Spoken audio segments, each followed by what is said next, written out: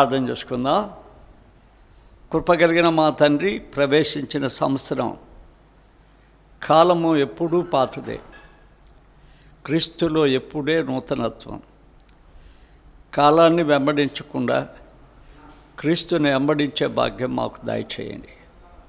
నీ కృప ప్రవేశించిన సంవత్సరంలో నీ బిడ్డలకు తోడుగా ఉంచమని క్రీస్తు పేర వేడుకొనుచున్నాం తండ్రి, ఆమేన్. ప్రియమైన సహోదరి సహోదరులారా, మిత్రులారా, ఈ నూతన సంవత్సర శుభాకాంక్షలు మీకు కలుగునుగాక. కాలము అనేది ఒక ప్రవాహం లాంటిది. మనం సంతోషంగా ఉన్నామని ఎక్కువ సమయం మనకు రాదు, ఎక్కువ కాలం మనకి ఇవ్వలేదు. ఒకవేళ మన దుఃఖములో ఉన్నామని కాలాన్ని తగ్గేయలేదు. అది ప్రవాహం. మానవులను అది అరగదు. దాని కాలాన్ని దాన్ని కొట్టుకొని ప్రవహిస్తూనే ఉంటుంది. క్రొత్త సంవత్సరం వస్తుందని సంబరపడుతున్నాం, కానీ ఆ కొత్త సంవత్సరం ఇచ్చిన దేవుడు మన దేవుడే. సంవత్సరం అనే దయా కిరీటాన్ని మనకు ధరింపచేసిన వాడు ఆయన. ఈ సంవత్సరం జీవిస్తున్నాము అంటే దేవుడిచ్చిన దయా కిరీటం అని మనం జ్ఞాపకం చేసుకోవాలి. కాలము మనిషిని మార్చలేదు. కాలం ఒక తరుణమే, కానీ ఒక మనిషి మారాలి అంటే అది క్రీస్తుని చేర్చుకుంటే. అందుకే కాగా ఎవడైనా క్రీస్తునందున్న ఎడల నూతన సృష్టి అని దేవుని వాక్యం చెప్పగలిగింది. క్రీస్తులో ఉంటే కానీ నూతనత్వం రాదు. కాలము మనకు ఏ సంవత్సరము నూతనత్వం ఇవ్వలేదు. ప్రసంగి మనం చదివితే ఒక మాట అంటాడు, పాతకాలమే కొత్తదవుతుంది, కొత్త కాలం పాతమవుతుంది. కాలంలో మార్పు లేదన్నట్టుగా రాశాడు. ఆ భావం అలాంటి భావం. ఈ కాలంలో ఉన్న మనం కానాను వివాహములో ఉన్న కొన్ని సత్యాలను మనం గమనించాలి. అది ఎప్పుడో ఒక వివాహ సంబంధమైన సందేశం అని తలంచకూడదు. ఆ కానాను వివాహంలో దేవుడు చేసిన అద్భుతం, అది దేవుడు మహిమ పొందగలిగాడు. క్రీస్తు అనేకుల విశ్వాస హృదయాలు స్థిరపడగలిగినాయి. అంత అద్భుతమైన సందేశం, అంత అద్భుతమైన ఆశ్చర్యకార్యం అది. ఆ ఆశ్చర్యకార్యంలో మనము నేర్చుకోవాల్సిన కొన్ని సత్యాలు ఇమిడి ఉన్నాయి. అందులో ఒక సత్యం ఏంటంటే, ఆ ద్రాక్షారసం అయిపోయినప్పుడు తల్లి యేసుప్రభు దగ్గరికి వచ్చి సెలవిచ్చినప్పుడు నా సమయం ఇంకా రాలేదు అన్నాడు. చూసారా బిడ్డలారా, కాలాన్ని సృష్టించిన దేవుడు కాలములోనికి ప్రవేశించినప్పుడు ఆ కాలాన్ని ఎంత సద్వినియోగపరుచుకుంటున్నాడు.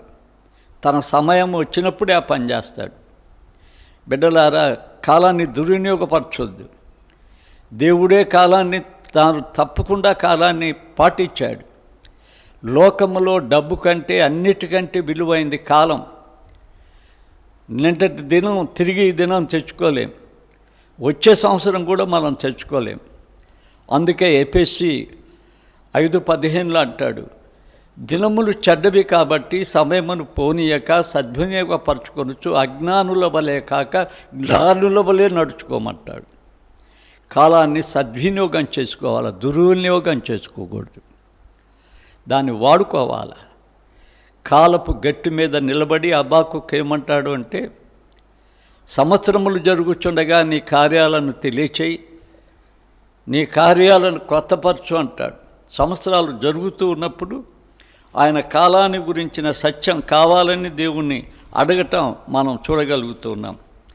కాలం కోసం ఆయన కనిపెట్టడం మనం చూడగలుగుతున్నాం. కాలం కోసం ప్రార్థించడం మనం చూడగలుగుతున్నాం. ఆ 3వ అధ్యాయంలో మనం చూస్తే ఎంత బాగుంటుందంటే, దేవుడు హబక్కూకు అడిగిన మాట ఏంటంటే, దాని మాటను బైబిల్లో చూస్తే ప్రవక్త యొక్క హబక్కూకు చేసిన ప్రార్థన అంటాడు. అక్కడ ఏమంటానంటే, యెహోవా సంవత్సరములు జరుగుచుండగా నీ కార్యము నూతనపరచును, సంవత్సరములు జరుగుచుండగా దాన్ని నాకు తెలియచేయును. తెలుసా, ఒక కాలములో మనం ప్రవేశించినామంటే అజ్ఞానుల వలె కాలాన్ని మనం వాడుకోకూడదు. ఆ కాలంలో దేవుని కొరకు కనిపెట్టాలా. ఆయన మనకు తన చిత్తాన్ని బయలుపరచాలి.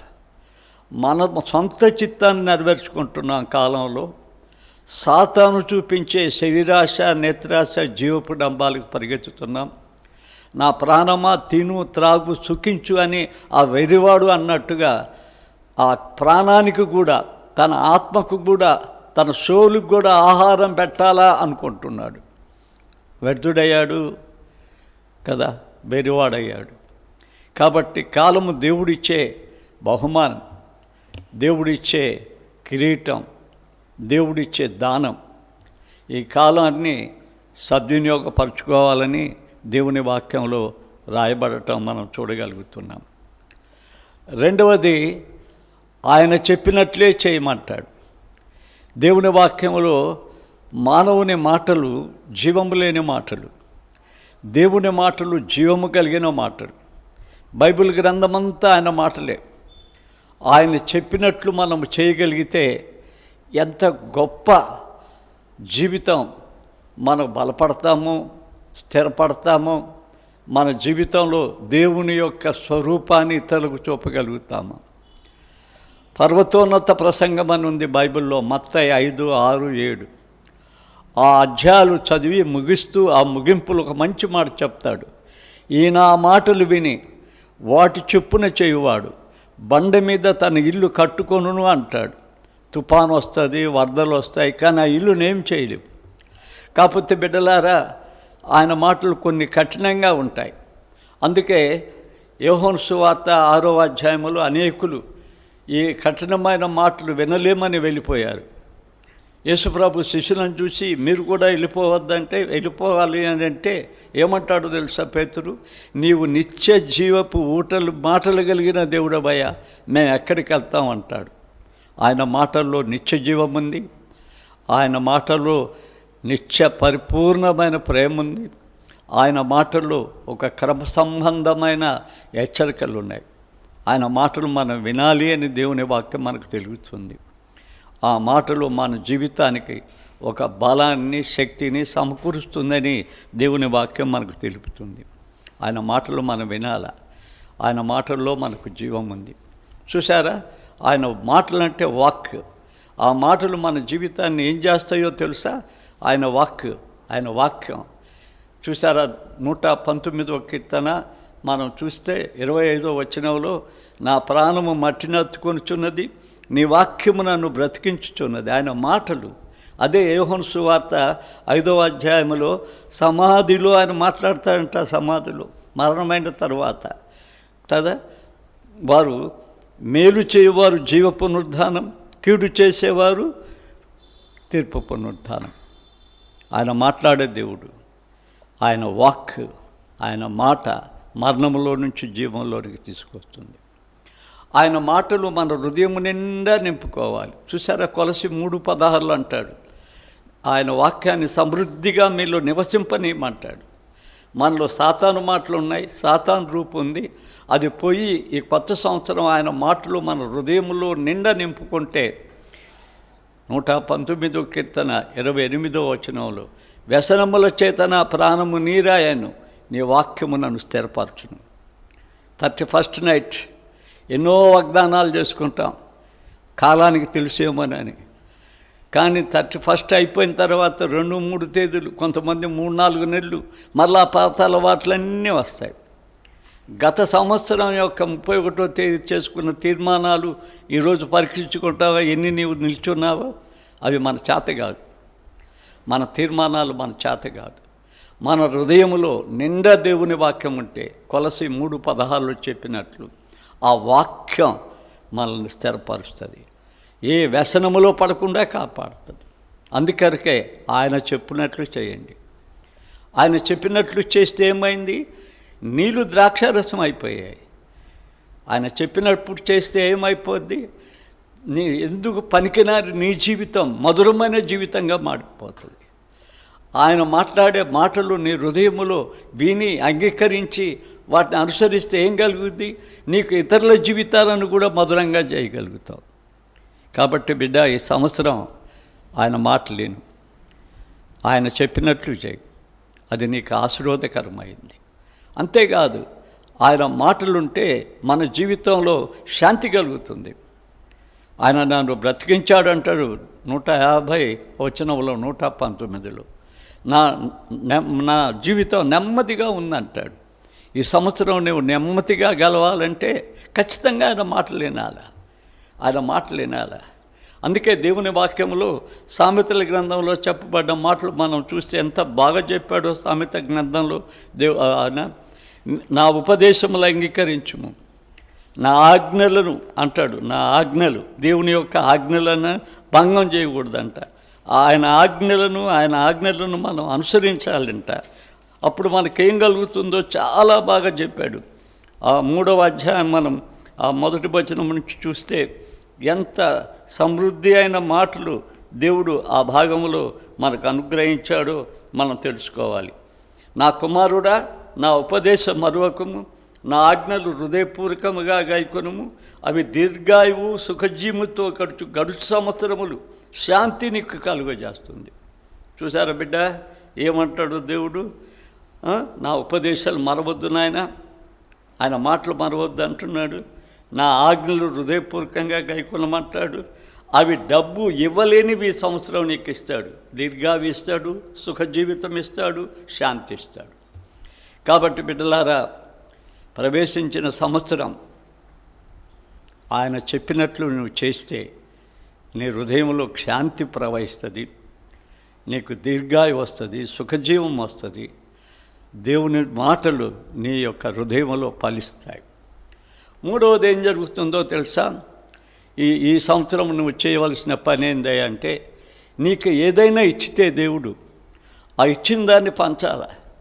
చూసావా, వారు నీళ్లు పోసారు తొట్లలో, పరిచారకులు చేశారు ఆ పని. ఆ యొక్క ప్రధానికి కూడా ఎట్లా ద్రాక్షరసమైందో తెలియదు. ఈనాడు చాలామంది ప్రధానులు ఉన్నారు మన సంఘాలలో. ప్రధానత్వం కొరిగే రాజుల్లాగా ఉండేవాళ్ళు ఉన్నారు. దేవుడు మనల్ని రాయబారులుగా పంపిస్తే రాజులమైపోతున్నాం. అది చాలా తప్పుడు పని. మనం సర్వెంట్స్మే, దేవునికి రాయబారులమే. ఏ దైవ సేవకుడైనా, ఎంత విద్యావంతుడైనా, ఎంత ధనవంతుడైనా సర్వెంట్కే తెలుసు దేవుని అద్భుతాలు, మిగతా వాళ్ళకి తెలియవు. సర్వెంట్ చేతనే ఆయన పని చేయిస్తాడు. నీవు అధికారం అంటే ఆయన పని చేయించడు. ఇక్కడ పరిచారకులు చూడండి ఎంత మంచి పని చేశారు. నీళ్లు పోయమంటే నీళ్లు పోసారు. అవి బయట ఉండే తొట్లలో మేము నీళ్ళు ఎందుకు పోవాలి, ఇంట్లో ద్రాక్షారసమైందని ప్రభువు మాటకు అడ్డం చెప్పలేదు. ఒబే వారు దేవుని మాటలకు ఒబేయారు, విధేయత చూపించారు. అప్పుడు ఏం జరిగిందో తెలుసా? మధురమైన ద్రాక్షరసంగా మారిపోయింది. మధురమైన ద్రాక్షరసంగా ఆ ద్రాక్షరసం పంచుతుంటే ద్రాక్షరసమైంది. ఆ నీళ్లు పంచుతుంటే ద్రాక్షరసమైంది. అంటే ఇప్పుడు నేనేం చేయాలి అంటే, నీకున్న తలాంతులు పంచాలి ఇద్దరికి. నీకు దేవుడిచ్చిన డబ్బు పంచాలా. A giving man is a living man, a giving church is a living church. Where there is a living there is a giving, where there is a giving there is a living. దేవుడు నీకు ఎంత ఇచ్చాడో అంతటి నువ్వు పంచాల, దాన్ని పంచాల.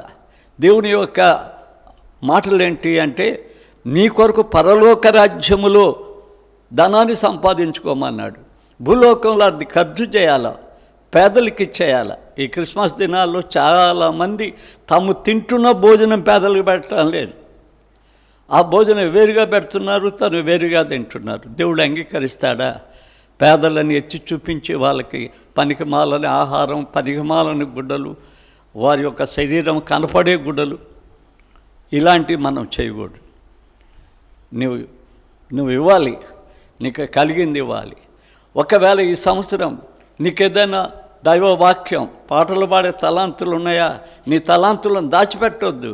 2వ తిమోతిలో పౌలు తీతుకు చెప్తున్నాడు. ఏమని చెప్తున్నాడు? నీలో ఉన్న కృపావరాలు ప్రజ్వరిల్లొచ్చాయి. నీలో ఎన్ని మంచి కృపావరాలు ఉన్నాయో అవన్నీ ఈ సమాజం కోసం వాడు. నీకెన్ని కృపాబలాలు ఉన్నాయో అవి సమాజం కోసం వాడు. వాటిని పూడ్చిపెట్టవద్దు. వాటిని నీ కుటుంబం కోసమే క్షేమం కలుగజేసుకోకూడదు. నీ కుటుంబ క్షేమం చూసేవాడు ఆయన. ఆ పరలోకంలో నీ కుటుంబానికి కావలసిన క్షేమం కలుగజేసినది ఆయన. క్షేమం మనం కలగజేయలేము మన కుటుంబానికి.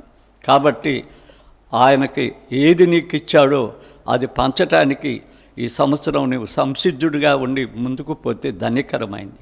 బిడ్డ, ప్రవేశించిన సంవత్సరం ఆశీర్వాదకరమైంది. ఎప్పుడు ఆశీర్వాదకరమైందంటే సమయాన్ని సద్వినియోగం చేసుకుంటే. రెండవది ఎప్పుడు ఆశీర్వాదకరమైందంటే ఆయన మాట వింటే, ఆయన చెప్పినట్లు చేస్తే. ఎప్పుడు ధన్యకరమైంది అంటే నీకు ఇచ్చిన దాన్ని, నిన్ను చేయమన్న దాన్ని పంచుతుంటే, వారు పంచుతుంటే ఆ నీళ్లు ద్రాక్షారసమైనవి. నువ్వు పంచుతుంటే నీ గృహానికి, నీ జీవితానికి మధురములు దిగుతాయి. దేవుడు నిన్ను ఆశీర్వదించి కాపాడు కాక.